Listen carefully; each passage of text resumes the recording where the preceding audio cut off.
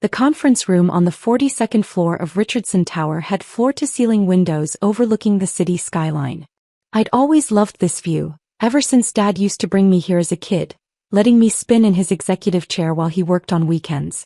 Now 23 years later I sat in the same room, but in the furthest seat from the head of the table, the spot reserved for observers with no voting power. My Uncle Richard stood at the presentation screen, his expensive suit perfectly tailored, his silver cufflinks catching the afternoon light. He'd always been the charismatic one, the one who knew how to work a room. Next to him sat my cousin Brandon, smirking as he scrolled through his phone, clearly bored by the formality of it all. As I was saying, Uncle Richard continued, clicking to the next slide, the merger with Gallagher Industries represents a $200 million opportunity. My brother, God rest his soul, would have wanted us to take bold steps to expand the family legacy. I kept my expression neutral, my hands folded calmly on the notepad in front of me. I'd learned early in life that showing emotion only gave people ammunition. The terms are straightforward, Richard went on. Gallagher gets 40% of Richardson Manufacturing in exchange for their distribution network and international contacts. We maintain majority control, expand into 6 new markets and triple our revenue within 5 years. Board member Patricia Chin nodded enthusiastically. The projections look solid, Richard. Your leadership has really turned things around since. She paused, glancing at me uncomfortably. Well, since the transition. Since my brother's death, Richard said smoothly. You can say it, Patricia. Thomas knew the business needed strong leadership. That's why he trusted me to step in as CEO. I didn't correct him. Not yet. Board member James Morrison leaned forward. What about the voting structure? This is a significant equity transfer. All family shareholders are in agreement, Richard said. Brandon and I control 51% between us. My sister Linda holds another 12% and she's already signed off. He gestured toward a woman in her 50s sitting near the windows. My Aunt Linda offered a tight smile but didn't meet my eyes. That's 63% in favor, Richard continued. More than enough to approve the merger. We can move forward immediately. What about Emma? Asked David Park, the company's CFO and one of the few people in the room who'd worked directly with my father. She holds shares too, doesn't she? The temperature in the room seemed to drop several degrees. Richard's smile didn't waver but his eyes hardened. Emma holds a symbolic stake. 5%. A gesture from my brother to make her feel included. But let's be clear about something. He turned to face me directly. This is a family business. Richardson Manufacturing has been in our family for 3 generations. My grandfather built this company from nothing. My father expanded it. My brother and I took it global. This is about blood, about legacy. Emma was Dad's daughter, I said quietly. Emma was adopted, Richard corrected, his voice sharp. At 7 years old. After Thomas and Margaret couldn't have biological children. They gave you a home, a name, opportunities you never would have had otherwise. We all welcomed you. But let's not pretend that makes you a Richardson by blood. Several board members shifted uncomfortably. Linda stared at her hands. Brandon stopped scrolling and looked up, grinning. This isn't personal, Emma, Richard continued, his tone softening into something that might have seemed kind to someone who didn't know better. Your family in the ways that matter. But when it comes to business decisions, significant decisions that affect the legacy my father and grandfather built, those need to stay with blood relatives. People who have Richardson DNA, who understand what this company really means. I understand what it means, I said evenly. Do you? Brandon spoke up for the first time, leaning back in his chair with his arms crossed. Because Dad and I have been running this company for 3 years while you've been doing. What exactly? You work in the marketing department, right? Entry level. Associate level, I corrected. Right, associate level. Brandon smirked. 3 years after graduating college and you're still making PowerPoints about brand awareness. Meanwhile, Dad's negotiating $100 million deals. Maybe stick to what you know, cuz. The way he said cuz made it clear he didn't consider me one. Richard held up a hand. Brandon, that's enough. Emma contributes in her own way. He looked at me with what I'm sure he thought was paternal warmth. But he has a point, sweetheart. The adult table is handling this. You don't need to worry about complicated merger negotiations. Your 5% will benefit from our decision. That's what matters. Patricia Chin cleared her throat. Perhaps we should move to a formal vote? I have another meeting at 4. Excellent idea, Richard said, moving back to the head of the table. All in favor of approving the merger with Gallagher Industries as presented. Point of order, David Park interrupted. Don't we need all shareholders present? I thought Thomas's estate planning required. The estate was settled 3 years ago, Richard cut him off. Everything was distributed according to Thomas's will. I have controlling interest as CEO and majority shareholder. Linda and Brandon hold their shares. Emma has her 5%. The math is simple. David frowned, looking at me. Emma, do you have any objections to the merger? All eyes turned to me. Richard's expression remained pleasant, but I could see the warning in his eyes. Don't embarrass yourself. Don't make this difficult. I smiled politely. I'd like to review the full terms before the vote. The full terms are in the presentation, Richard said impatiently. I'd like to review them with my legal counsel. The room went very quiet. Brandon laughed. Your legal counsel? What, did you hire a lawyer with your associate marketing salary? I think everyone has the right to legal representation when making financial decisions, I said calmly. Richard's jaw tightened. Emma, this is a board meeting, not a family therapy session. We don't have time for. Actually, David Park said slowly, pulling out his copy of the corporate bylaws. According to Section 4.3, any shareholder representing more than 2% equity can request a 48-hour review period with legal counsel before voting on major structural changes. A merger of this size definitely qualifies. Richard's pleasant facade cracked slightly. David, that's a technicality from the 1980s that nobody's ever. It's in the bylaws, David said firmly. If Emma wants to exercise that right, she can. For 5%. Brandon said incredulously. We're going to delay a $200 million deal for 5%? It's not about the percentage, Patricia Chin said, though she looked uncomfortable. It's about following proper procedure. If Emma wants time to review with a lawyer, maybe we should. No, Richard said flatly. The charm was gone now, replaced by cold authority. Absolutely not. This deal has a time-sensitive component. Gallagher's board meets next week. If we don't approve today, we lose the opportunity. Emma's 5% doesn't get to hold the company hostage. He turned to me, and for the first time I saw genuine anger in his eyes. Let me be very clear, since you seem to be confused about your position here. Your father, my brother, left you a token stake out of love. Out of obligation to the little girl he raised. But you are not a decision-maker in this company. You are not equipped to understand deals at this level. And you certainly don't have the authority to delay critical business operations.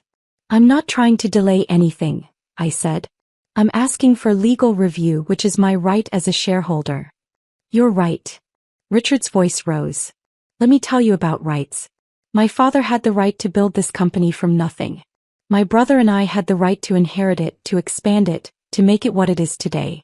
You have the privilege of benefiting from our family's work despite not being blood. That's not a right. That's generosity. Linda finally spoke up, her voice soft. Richard, maybe we should just. Stay out of this, Linda, Richard snapped. He focused back on me. You want to know the truth, Emma? Thomas felt guilty. He and Margaret spent years trying for a biological child, failing over and over. Adoption was Margaret's idea, and Thomas went along with it to make her happy. When she died 5 years later, he was stuck raising someone else's kid. He did his best. He gave you everything. But you were never supposed to be in this boardroom. The words hung in the air. Several board members looked away.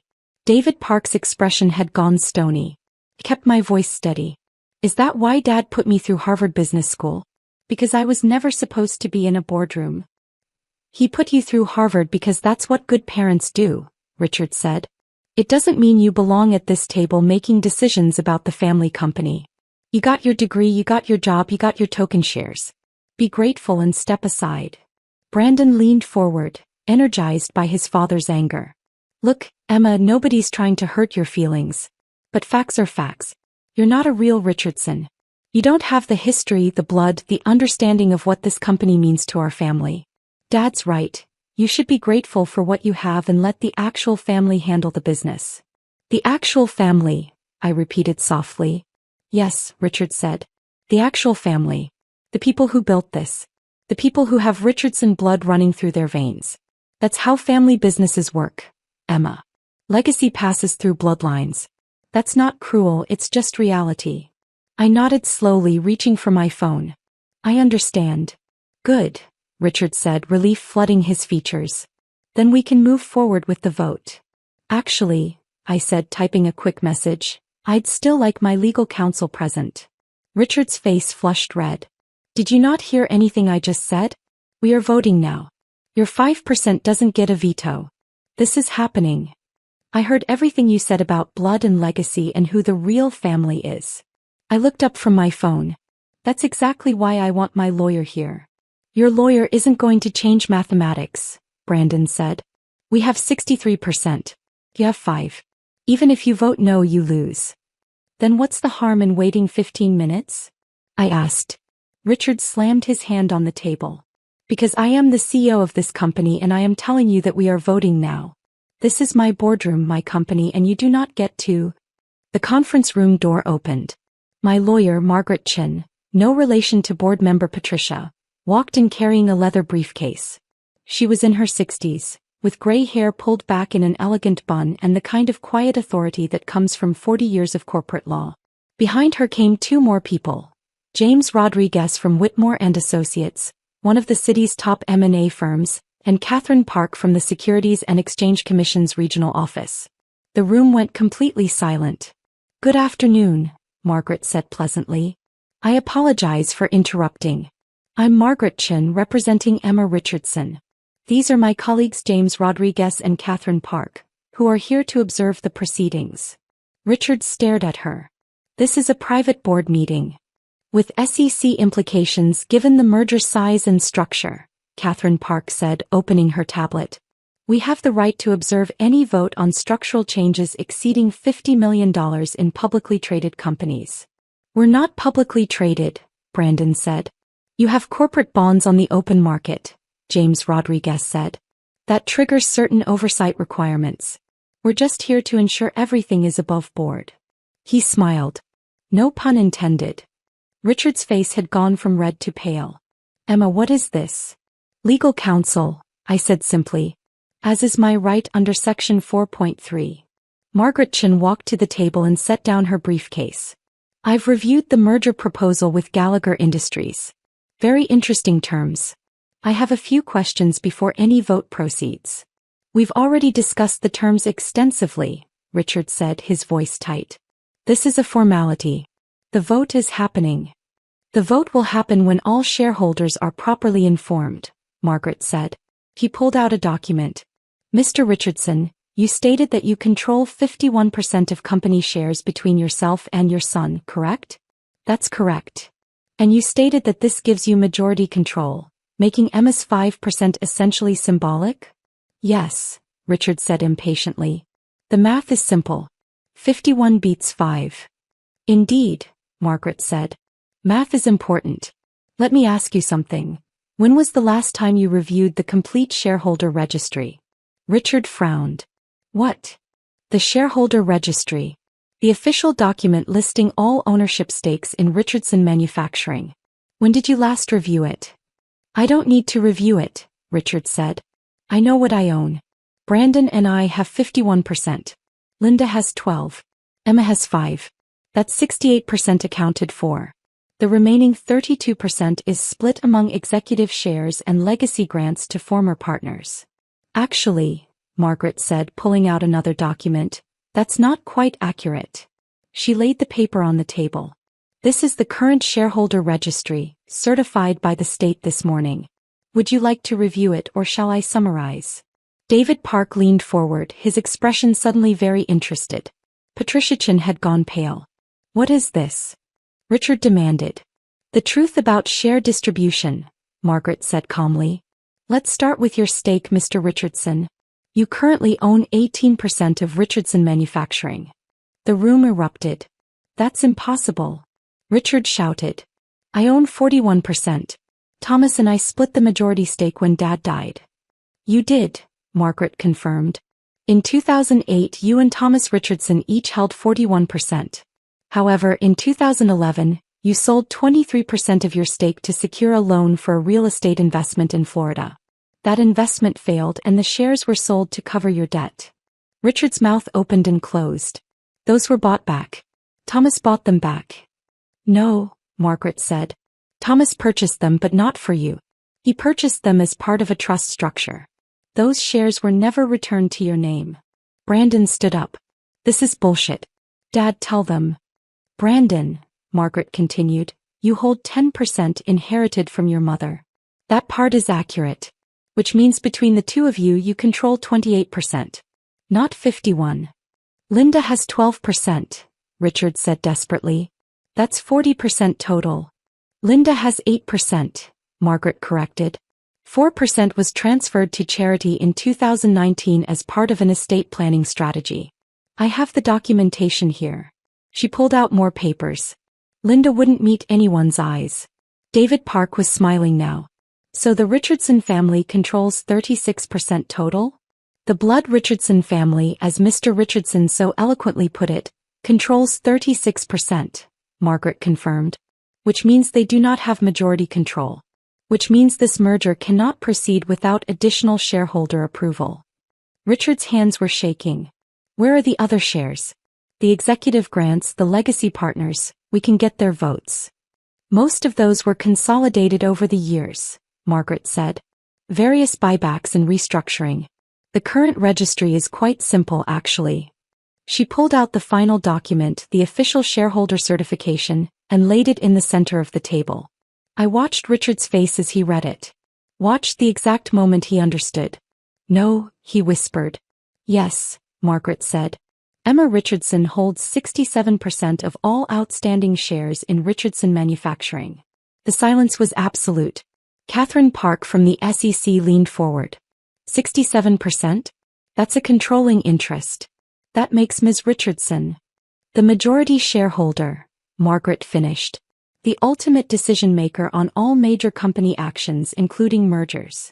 Brandon grabbed the document, his hands trembling. This can't be legal. Dad, this can't. How did I get 67%? I asked softly. I stood up, walking slowly to the head of the table where Richard stood frozen. Let me tell you a story about blood and legacy. I took the document from Brandon's shaking hands. My father, Thomas Richardson, loved this company. But after Mom died he started thinking differently about legacy. About what it really means. He realized that blood doesn't make family. Love does. Commitment does. Understanding does. Thomas wouldn't, Richard started. Dad spent 6 years restructuring the ownership, I continued. Every time you sold shares to fund your bad investments, Richard, Dad bought them. Not for you. For me. Every time a legacy partner retired and wanted out, Dad bought their shares. For me. He set up a trust that matured on my 25th birthday, which was 6 months ago. The shares transferred automatically. David Park was grinning openly now. Thomas told me he was planning for the future. I never knew what he meant. He meant that he wanted someone who loved the company running it, I said. Not someone who saw it as a birthright. Not someone who thought blood mattered more than competence. Someone who spent their childhood in this building, who got an MBA specifically to understand the business, who worked their way up from entry level despite having a different last name. Oh wait, I have the same last name. Because I'm a Richardson. Legally. Officially. In every way that matters. Richard sank into his chair, all the color drained from his face. The 5% you thought I had? I continued. That was just the public-facing number Dad maintained to keep you complacent. The truth was in the trust documents, which I assume you never bothered to read. Too busy making decisions at the adult table. I looked at Brandon. I work in marketing as an associate because I wanted to learn the business from the ground up. Dad taught me that real leaders understand every department. I've spent 3 years learning what actually sells our products, what customers want, how the market works. While you were scrolling through Instagram during board meetings. Brandon's face had gone bright red, but he said nothing. I turned to Linda. You knew, didn't you? My aunt finally met my eyes. Thomas told me before he died. Made me promise not to say anything until the trust matured. He said you needed time to learn the business without interference. Without Richard trying to manipulate you or cut you out. And you just let Richard think he was in control? Linda's voice was quiet. Thomas was very specific. He wanted Richard to show his true colors. To prove whether he respected the company or just wanted power. She looked at her brother. I'm sorry, Richard. But today you proved everything Thomas feared. Richard looked up at me and for the first time I saw real fear in his eyes. Emma, I didn't mean what I said about blood and adoption, I was just being honest, I finished. I appreciate that actually. It makes this easier. I opened my own briefcase and pulled out a folder.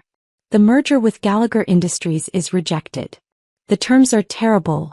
You were selling our distribution rights far too cheaply, and the international contacts you mentioned are outdated. I've had 6 months to review every deal you've made, Sir Richard, and I have to say Dad was right to worry.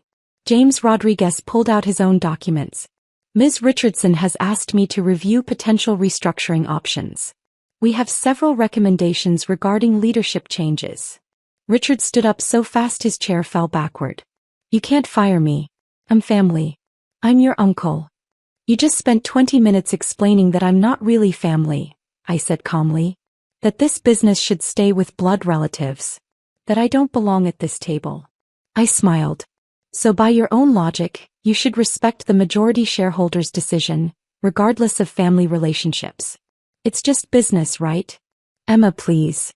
Effective immediately, I'm assuming the role of CO, I said.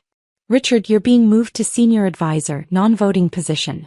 Brandon, your position as VP of Development is under review pending an audit of your project outcomes over the past 3 years. Linda, I'd like you to stay on the board if you're willing. Linda nodded, tears in her eyes. Thomas would be so proud of you. David, I continued, I want you to work with Margaret and James on establishing new oversight protocols. No more unilateral decisions.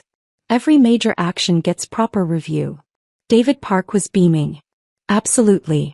It'll be just like working with your father again. Patricia, James Morrison, the rest of the board, I hope you'll stay on. I value your experience. But let's be clear. This company is going in a new direction. One based on competence, not bloodlines. I turned back to Richard, who had collapsed back into his chair. You're not fired, Uncle Richard. Despite everything you said today, you're still family. You'll keep your salary, your office, your benefits. But you're done making decisions. Because as you so clearly explained, this is a family business. And I'm the majority of this family now. Catherine Park stood up. I think we have what we need from an oversight perspective. Ms. Richardson, you'll need to file the appropriate change of control notifications with our office within 10 days. Already prepared, Margaret Chen said, handing her a folder. Along with the updated corporate structure and new board composition. Efficient, Catherine said approvingly. Nice to see proper planning for once.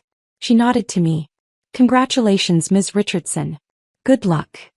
As the SEC observer and the lawyers began packing up, Richard finally found his voice again. You planned this. All of it. The questions about legal review making me angry, getting me to say. I didn't make you say anything, I interrupted quietly.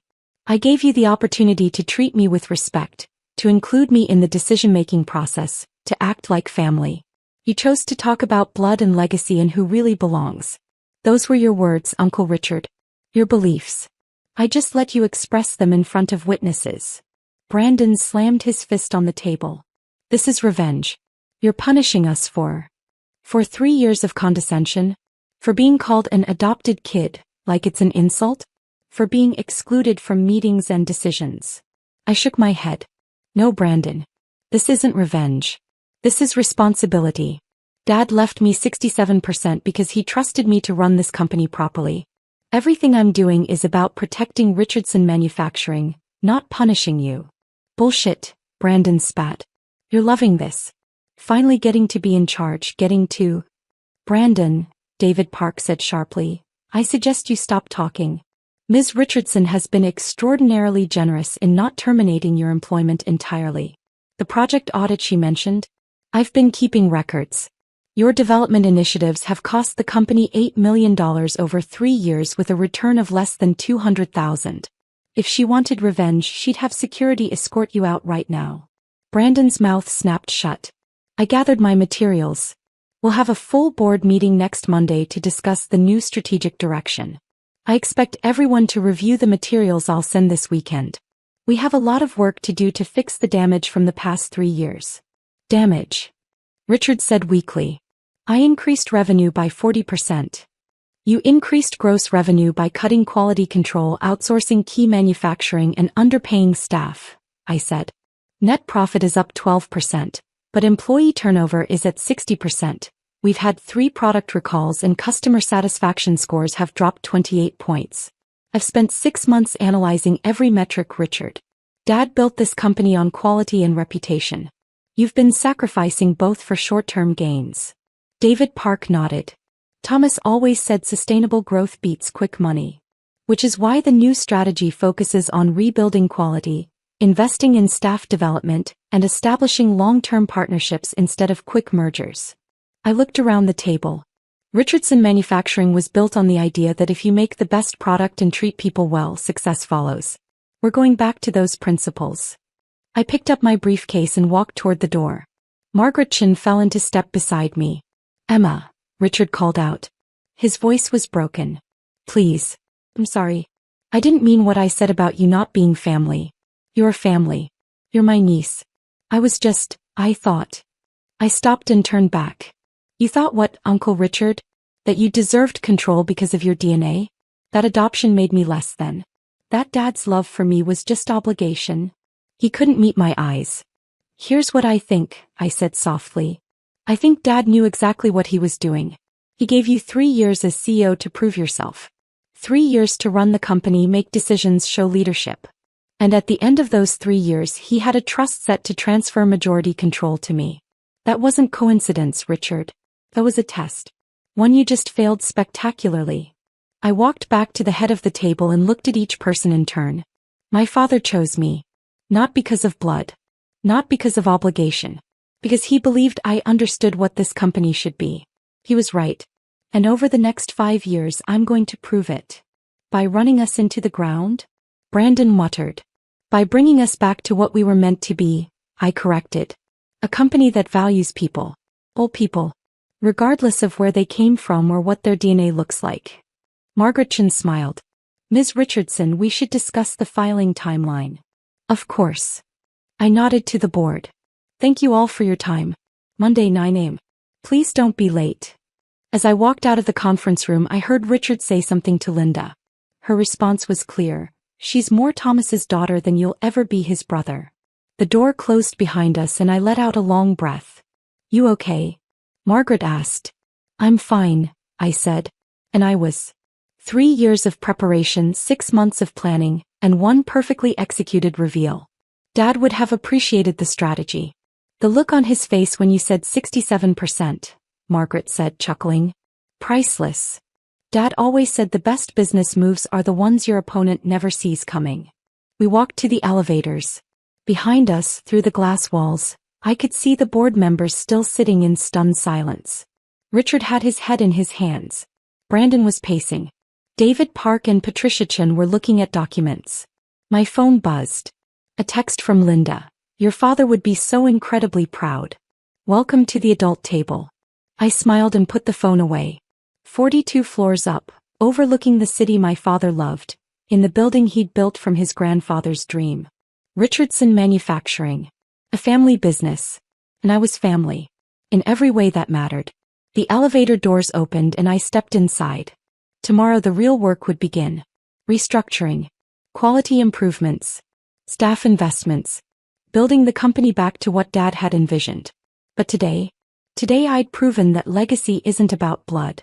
It's about who you choose to carry it forward. And Thomas Richardson had chosen me.